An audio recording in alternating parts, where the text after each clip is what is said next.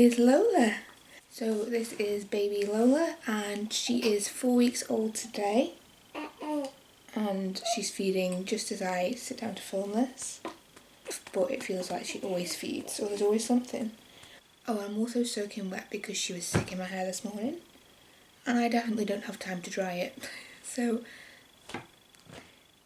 I did not think it would be 4 weeks until I filmed anything. In fact, I was thinking I was going to be filming in the hospital, creating beautiful memories.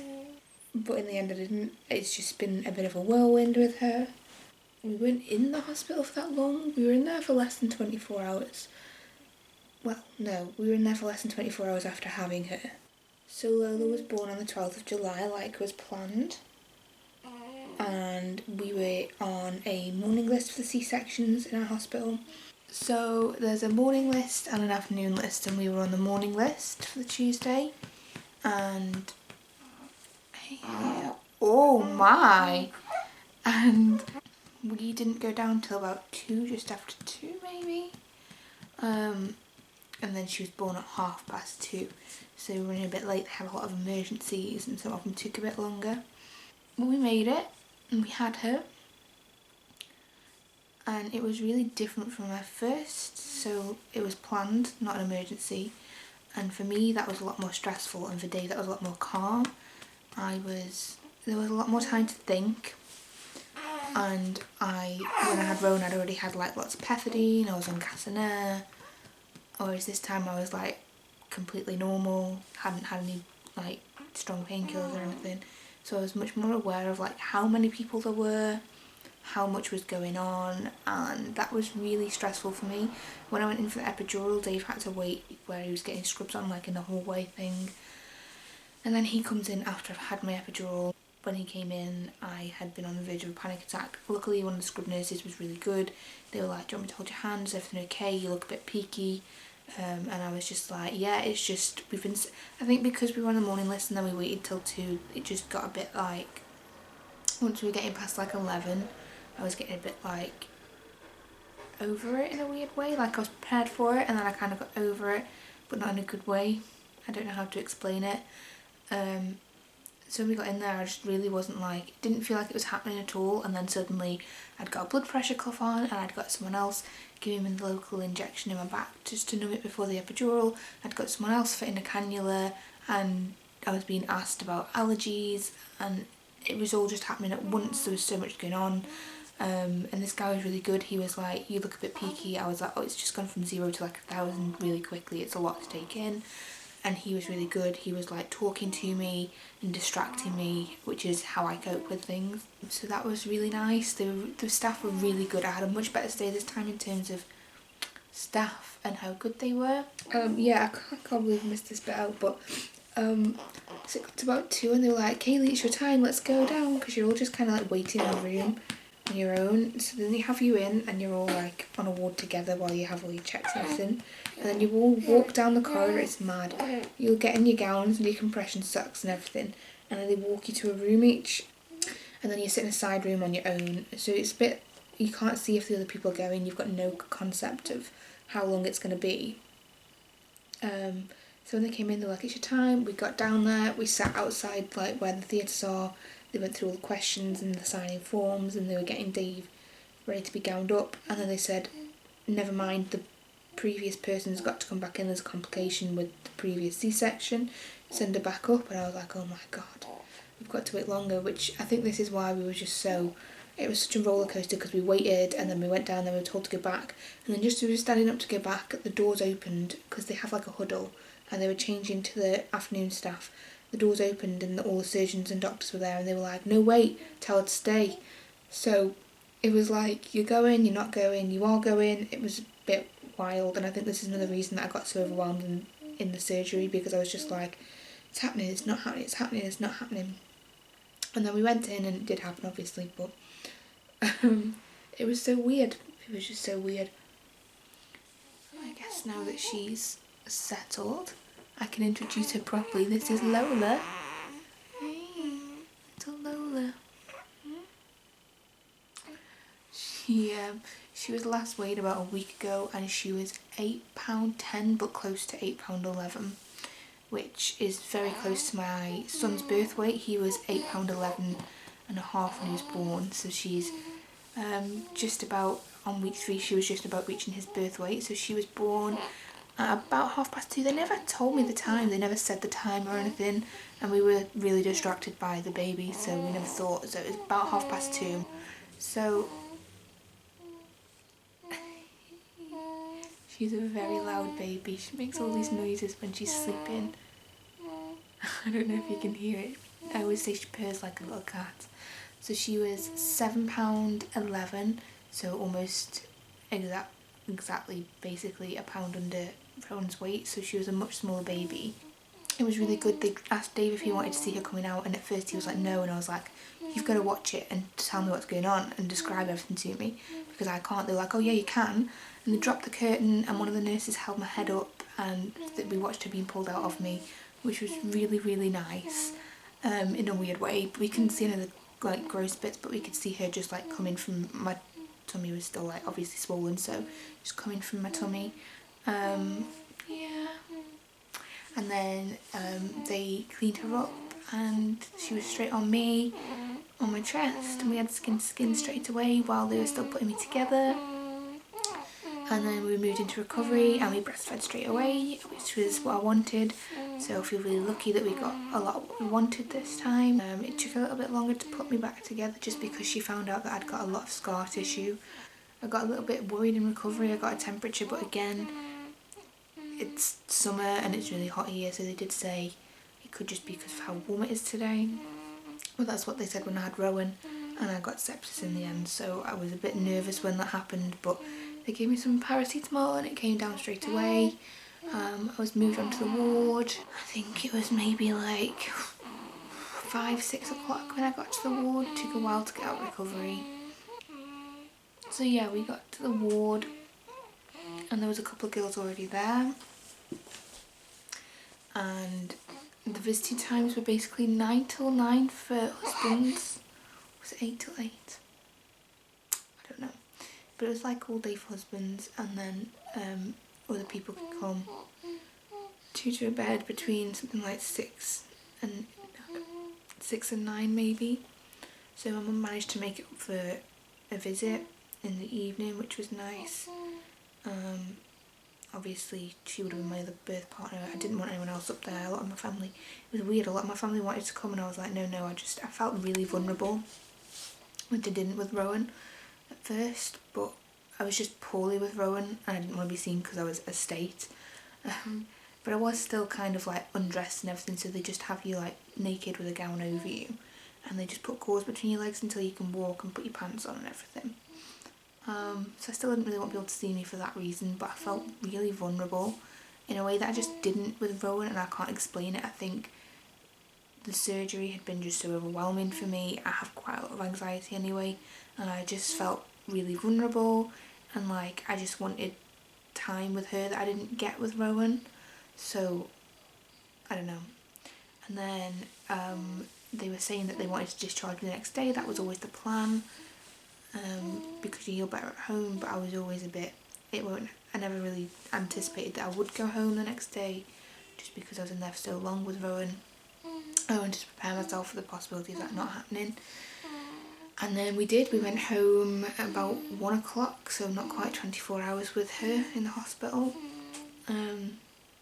which was nice, but our car had been in because we'd got an oil leak on the car, so we ended up carless for the time that she was coming home.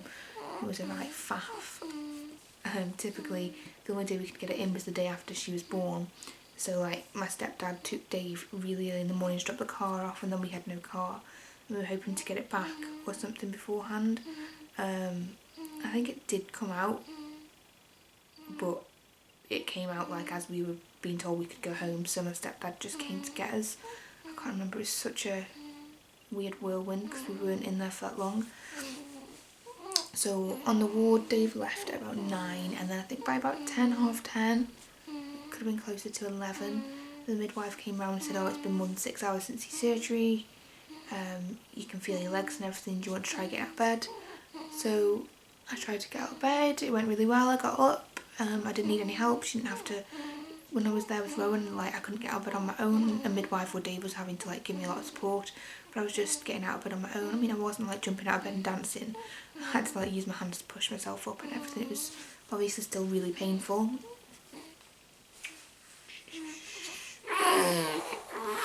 Oh, it's a hard life.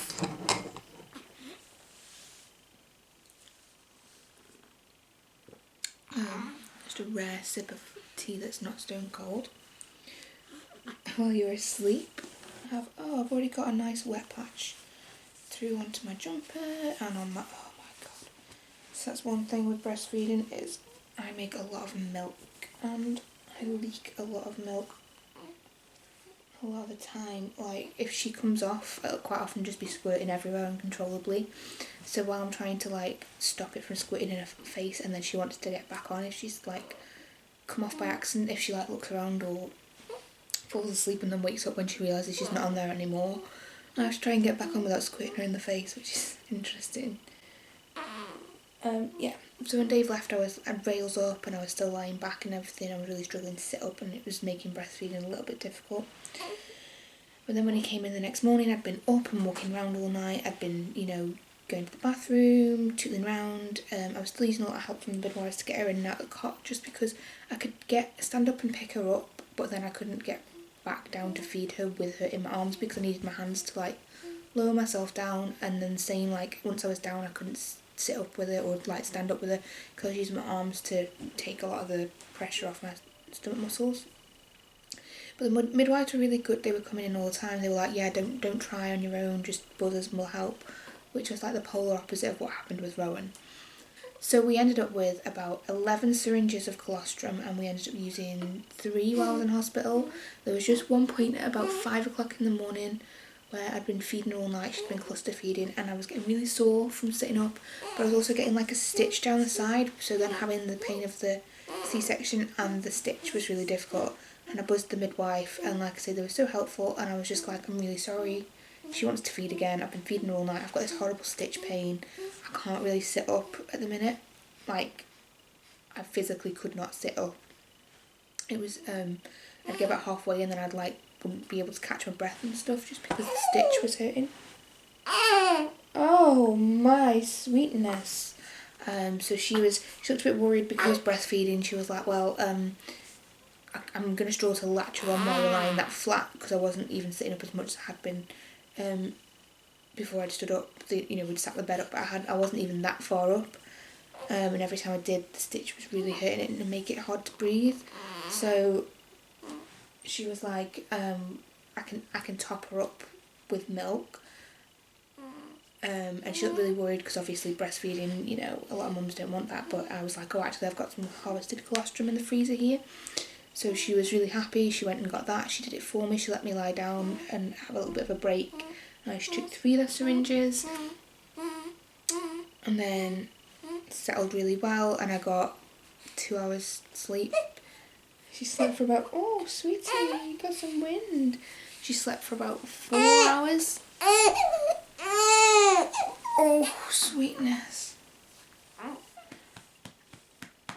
So after having the colostrum syringes, she slept for about 4 hours, which is the most she slept for in a row because she was cluster feeding so much.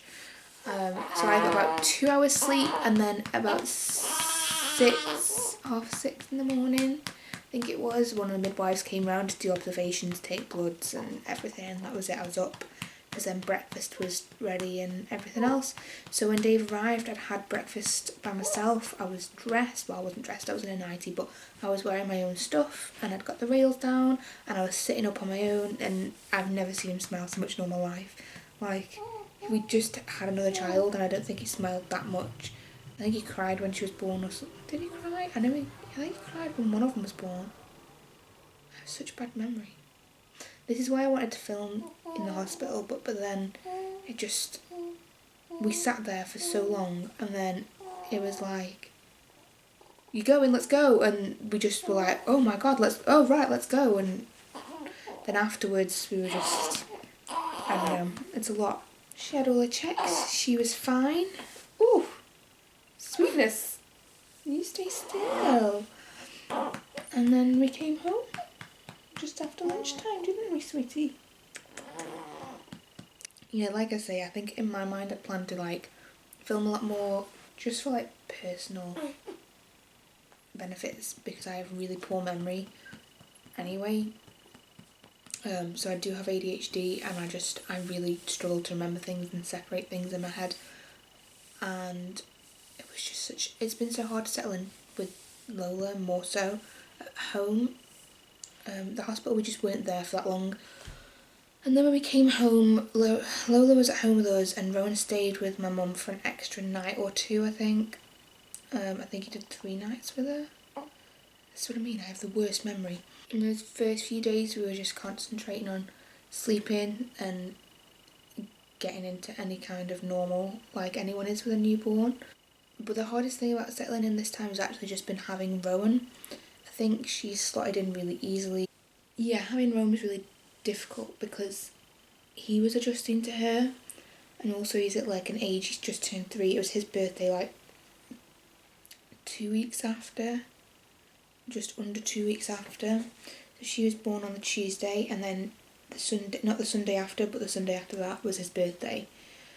And we were trying so hard to make such a big fuss out of him, but I couldn't do much walk far or pick him up or anything. So we've been doing like a lot of trips to a local park where I can just like, we drive there, I can walk to a bench, sit on the bench, and he plays with his dad and I sit with Lola.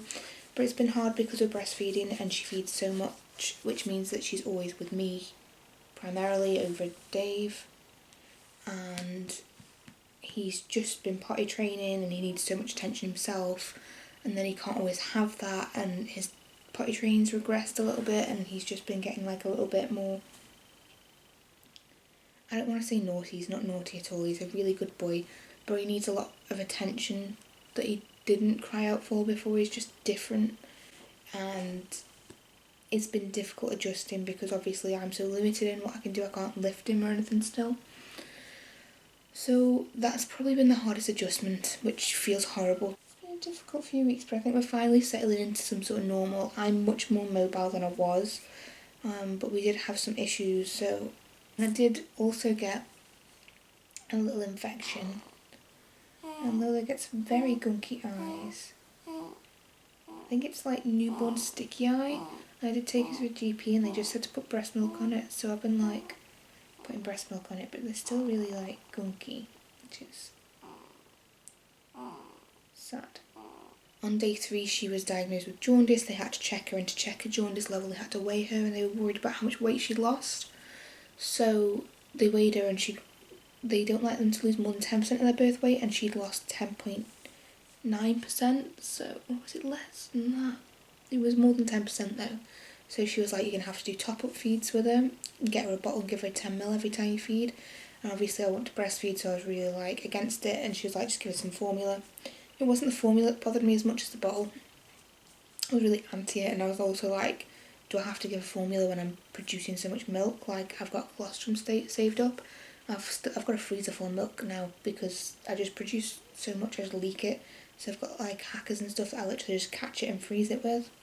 So she was like, oh yeah, by all means top up with your own milk. And I was like, but I don't want to use a bottle.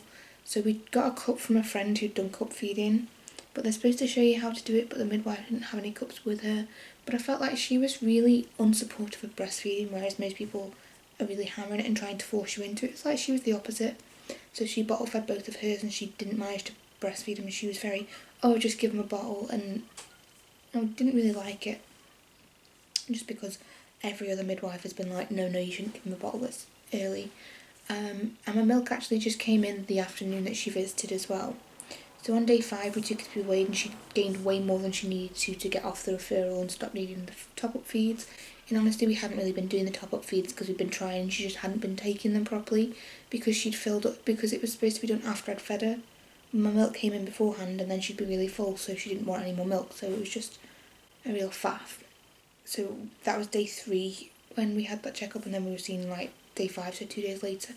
So it's just like, we've been trying, she hasn't been taking them, I've been really upset about it. I explained how I was feeling, I was really emotional about it, and she was like, I'm really, angry that you were allowed to be feeling like that, and that you were made to feel like that, because we wouldn't normally weigh on day 3, they normally lose a lot of weight in that time, and if they are weighed on day 3 we quite often find this, and that probably should have been explained. And it's not like the biggest deal, we have to put this protocol in, but you probably shouldn't have been hung up on it like you were. Since then, at every appointment she's gained more than she needs to. Like when we had her weighed by the health visitor, we had an appointment and then 8 days later another appointment, and they were like, oh, you know, we expect him to gain like an ounce a day, so she'd be around 8.5 today, based on like what she weighed the week before. And she was 8, this is when she was like 8.11 nearly. So she's been putting on loads of weight, doing really well, so which just makes me more angry at that whole situation with the day 3 weigh thing, just because I really was quite upset about.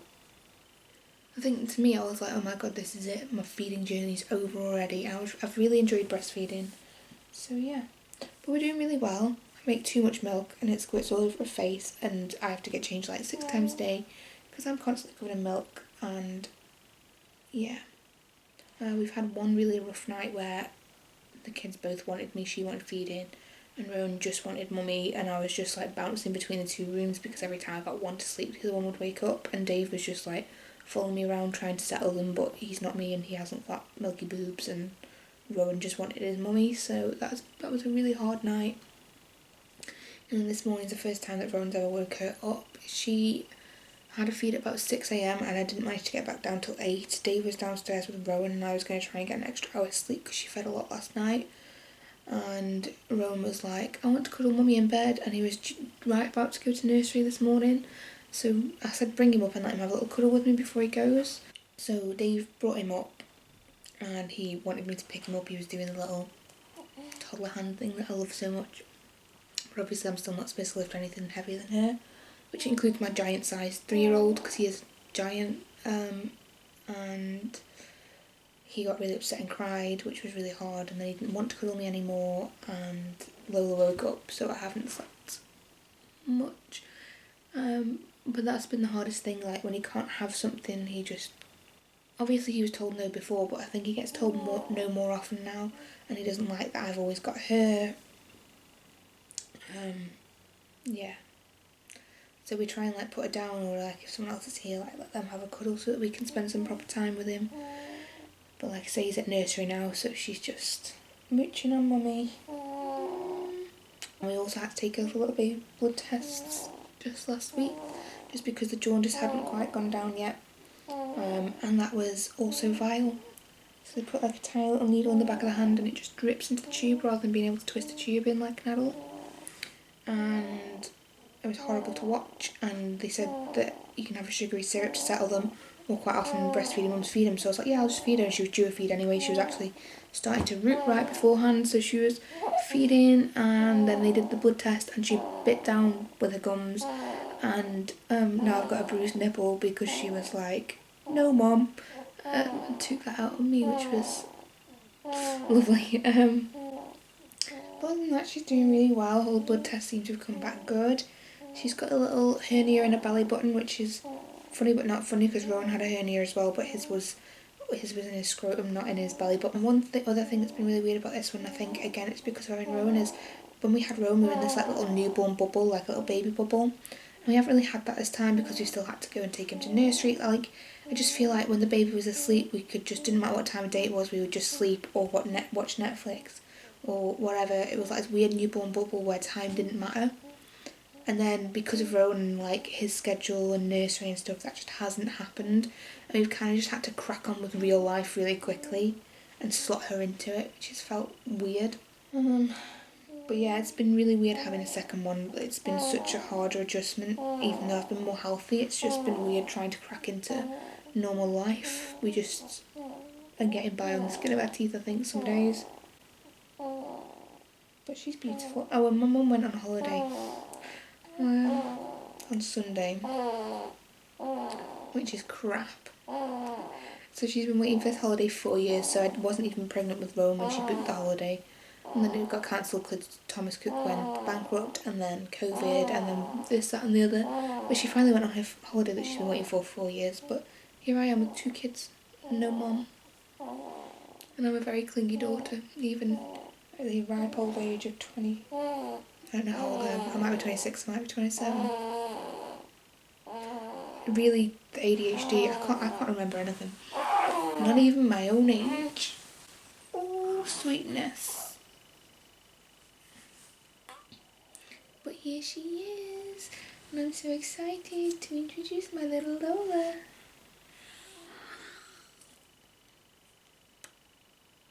We're absolutely smitten with it.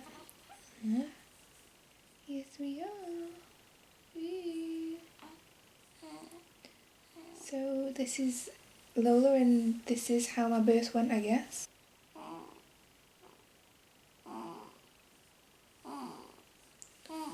She makes the cutest sounds. So yeah, here's my little chunk, and this is her wearing what was Rowan's going home outfit when he was a little baby. Oh yes, it is. And she's just sizing out of newborn. Well, she sized out of newborn pretty quick. There's only a few brands of newborn that fit her. But the up to 1 month stuff is gone now too, and she's just gone into a 0 to 3 month stuff, and it fits. I thought it'd be so much bigger on her than it is, and that was really sad. How are you getting so big already, little girl? Let me see your beautiful face. This is her. This is Lola.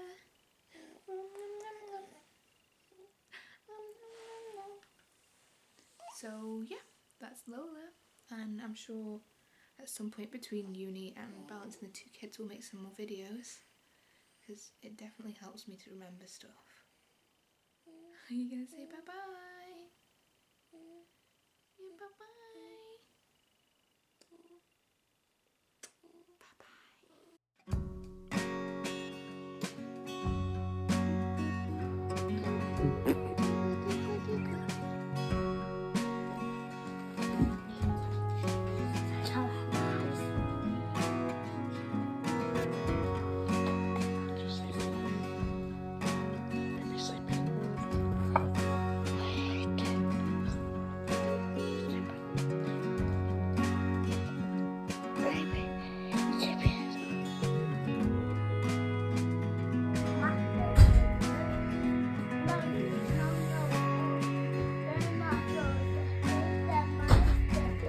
Are they your stickers? You've just been showing her, have you? The stickers. I don't think she wants the stickers, Rowie. She thinks they're cool though.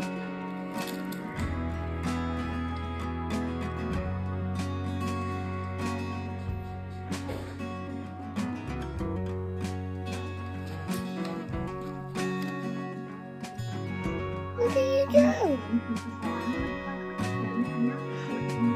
Oh, baby, you look so good.